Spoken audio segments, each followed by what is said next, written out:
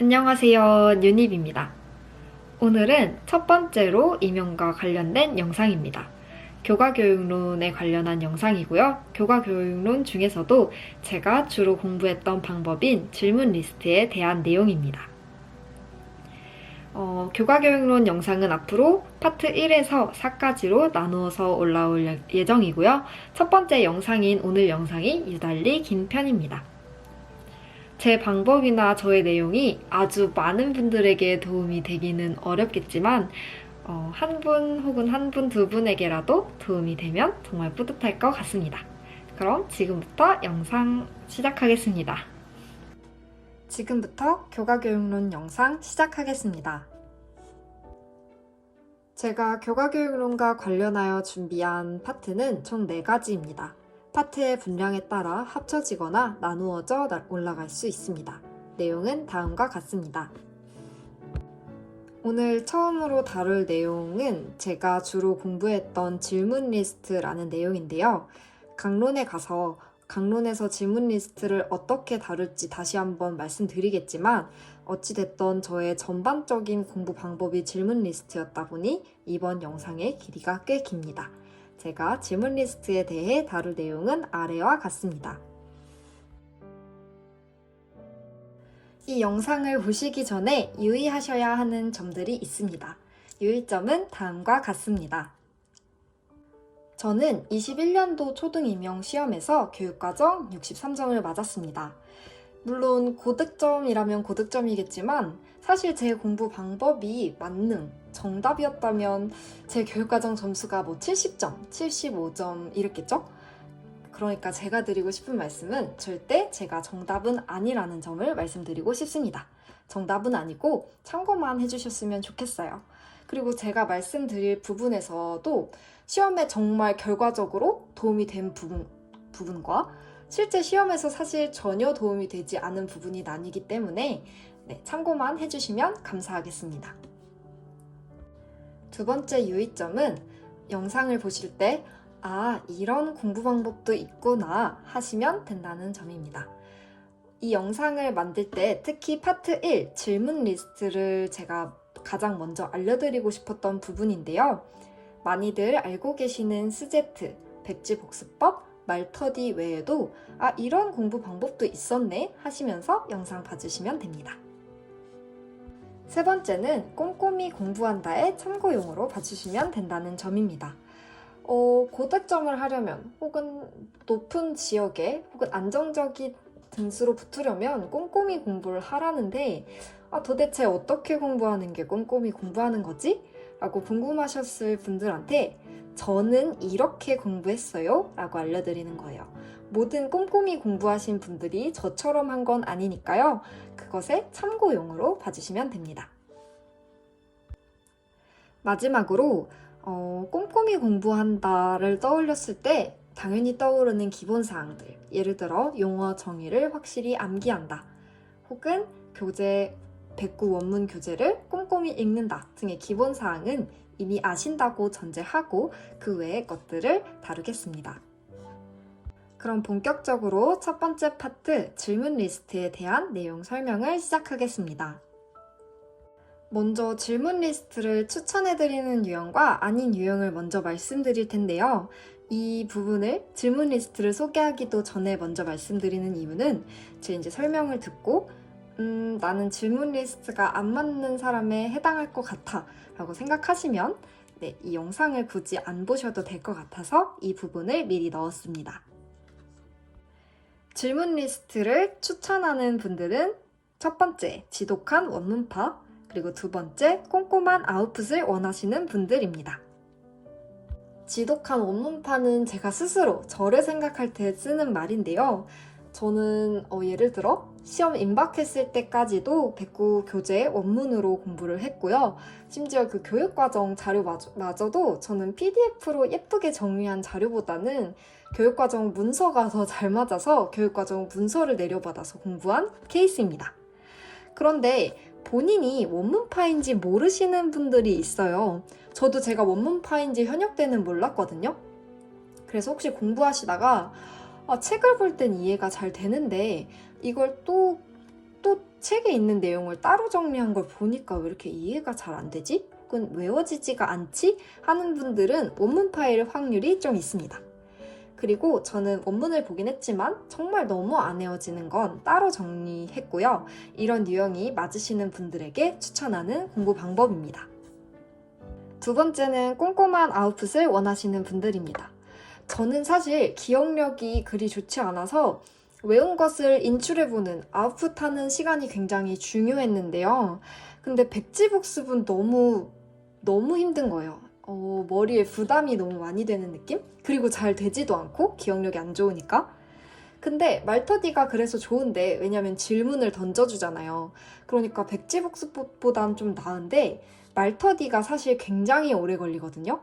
질문을 만들어주고 묻고 그리고 생각하고 답을 하는 시간, 그리고 내가 질문을 들었으면 나도 친구에게 질문을 해줘야 하다 보니 너무 오래 걸립니다.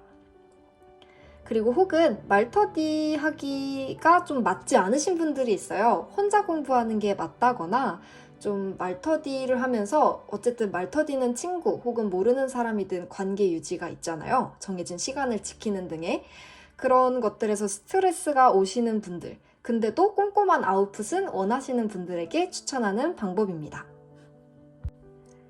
다음으로 추천드리지 않는 첫 번째 분들은 제가 쓰는 용어인데요. 시각파이신 분들한텐 추천드리지 않습니다.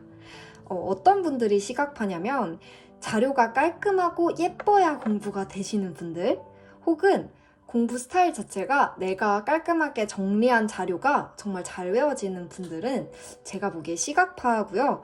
질문 리스트는 질문만 있지 내용이 정리된 방법은 아니라서 이렇게 읽으면서 공부하는 분들에겐 맞지 않습니다. 아웃풋을 할 때 활용할 수 있게끔 부가적으로, 추가적으로 활용하실 수는 있으실 것 같아요. 두 번째는 질문 만들기가 힘드신 분들입니다. 이 질문 리스트 방법을 제가 추천드리는 이유는 이렇게 자료를 빠르게 만들고 스제트보다 요약 정리보단 훨씬 빠르게 만들 수 있거든요. 그렇게 빠르게 만들고 많은 아웃풋 시간을 확보할 수 있어서 좋은 건데, 이 질문을 만드는데 너무 오래 걸려서 자료를 만드는데 오래 걸리시는 분들은 그 장점을 살리실 수 없기 때문에 추천드리지 않습니다. 그리고 마지막으로 좀 기억력이 좋으신 분들이 특히 이러신데 백지복습이 잘 맞는데요? 전 백지복습 별로 안 힘들던데요? 하시는 분들은 백지복습을 그대로 쓰시면 될 것 같아요. 혹은 스제트나 기존의 자료 정리 방법이 잘 맞으시는 분들도 굳이 추천드리지는 않습니다. 저는 원래 기존에 있었던 스제트나 자료 정리가 너무 안 맞아서 고민하다가 만든 방법이니까요. 기존에 이제 클래식하게 내려오던 방법이 잘 맞으시는 분들은 그 방법을 그대로 활용하시면 되겠습니다. 그럼 질문 리스트를 이미지로 먼저 보여드릴 텐데요. 지금 잘 안 보이셔도 괜찮습니다. 제가 더보기란에 자료 공유를 어떻게 받으실 수 있는지 안내해 드릴 테니까요. 다운받아서 확인해 보세요.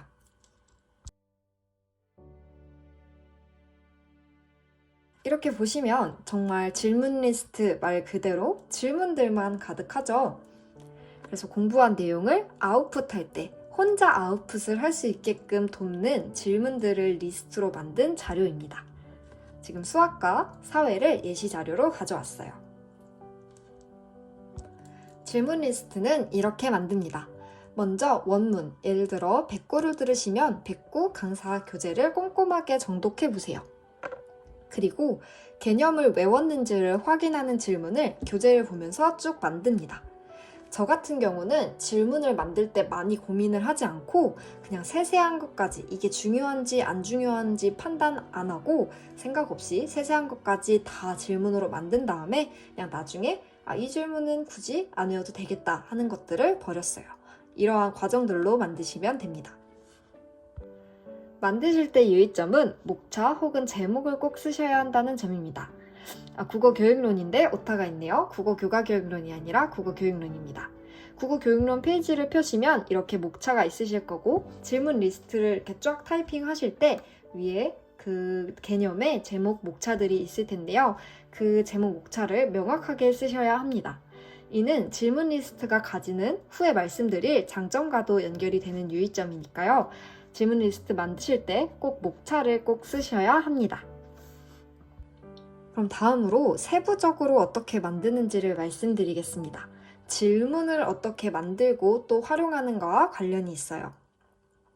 먼저 올해 공부가 처음이 아니신 분들은 말터디를 한 번씩은 해보셨을 거예요. 그래서 그 말터디에서 질문을 어떻게 만들었고 또 내가 질문에 답을 하면 그 말터디를 하는 친구가 어떻게 점검을 해줬는지에 대한 경험이 있으실 거예요. 그 경험을 떠올리면서 만드시면 쉬우실 거고요. 특히 말터디를 할 때 내가 개념 정의를 물을 때 대답을 잘 못했었지. 혹은 개념 간의 포함 관계를 되게 헷갈려 했었지 라는 등의 약했던 부분이 있으시면 그를 반영해서 질문을 만드시면 훨씬 좋으실 거예요. 저 같은 경우 개념의 정의를 자꾸 뭉뚱그려 외우는 경향이 있어서 그 부분을 반영해서 개념 정의를 묻는 질문을 굉장히 많이 넣었었습니다. 현역분들한테 말씀을 드리기 전에 먼저 제 경험을 말씀드리면 저는 재수 당시 다른 사람과 스터디를 하지는 않았어요.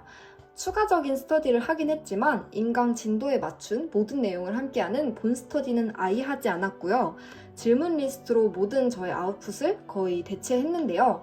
그러다 보니 당연히 시간이 효율적으로 운용이 돼서 N수생분들한테 이 방법을 굉장히 추천드리는 게 맞습니다. 그런데 이 얘기를 듣고 현역분들이 나도 말터디 안 하고 스터디 안 하고 질문 리스트로 혼자 공부해야겠다 하시면 좀 위험 부담이 있어요. 외우는데 필요한 질문을 만들어 본 경험이 부족하기 때문에 엉뚱하거나 꼼꼼하지 못한 질문 리스트를 만드실 수도 있고요. 질문에 답하고 점검하는 방법을 잘 모르실 수도 있어요. 예를 들어 저는 현역 시절 함께 스터디했던 스터디원이 꼼꼼하게 질문을 해줘서 내가 원문에서 이런 걸 놓치는구나 라는 점을 알아서 그를 반영해서 질문 리스트를 만들 수 있었어요. 그리고 말터디를 해봤기에 이렇게 답하면 안 된다. 이렇게 답하면 정답이 아니다. 이런 기준이 칼같이 적용할 수 있었는데 말터디 경험이 적으면 아무래도 그런 부분을 적용하기 힘들 수 있을 것 같습니다. 그래서 먼저 제가 만든 질문 리스트를 참고하시면 좋을 것 같고 두 번째로 친구랑 본 스터디를 하되 그 후에 그 경험을 토대로 질문 리스트를 만드셔도 좋을 것 같아요. 그리고 아니면 스터디에서 함께 질문 리스트를 만들면 이런 질문도 있을 수 있구나. 내가 이런 부분을 공부를 안 하는구나. 체크를 하실 수 있겠죠. 그럼 이제 다음으로 질문 리스트 활용에 대해 말씀을 드릴 텐데요. 정말 중요한 건 절대로 저의 질문 리스트를 그대로 활용하면 안 된다는 점이에요. 왜냐면 이게 제가 원문을 보면서 제 의식의 흐름대로 만들었기 때문에 교재가 바뀌신 분들이 활용하시기는 어렵습니다. 그리고 제가 이렇게 공유를 하게 될 줄은 정말 몰랐고요. 친구랑 같이 만든 게 아니기 때문에 그냥 정말 대충 만들었어요. 안 중요한데 묻는 질문도 있고 누락되어서 필기로 추가했기 때문에 파일에는 없는 내용도 있고 또 오타도 굉장히 많습니다. 그러니까 공부할 때 그대로 쓰시면 좀 안 좋으실 수 있을 것 같아요.